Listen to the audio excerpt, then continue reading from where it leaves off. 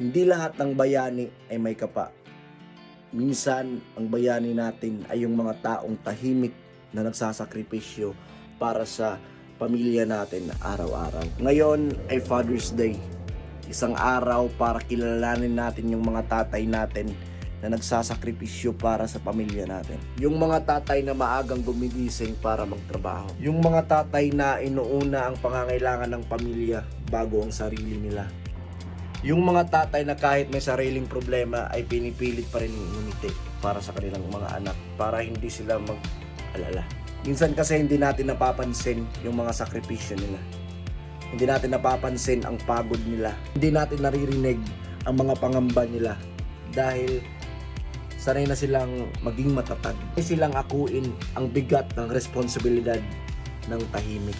Habang tayo ay natutulog, iniisip nila kung ano ang makakabuti para sa kinabukasan ng pamilya. Habang abala tayo sa mga pangarap natin, sila naman ang gumagawa ng paraan para mas mapalapit tayo sa mga pangarap na iyon.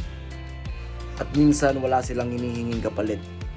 Isang salamat lang, isang yakap lang, isang pagkilala lang na mahalaga sila.